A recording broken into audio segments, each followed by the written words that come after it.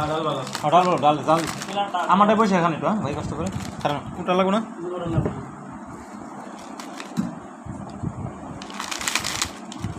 কি কয়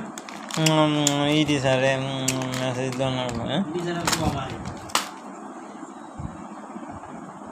টাকা আনে গেলে হ্যাঁ নাম রানি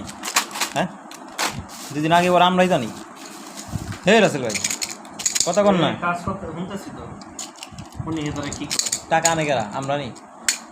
ফিল্ডের হ্যাঁ না ইডি স্যার আনে আমরা তাইলে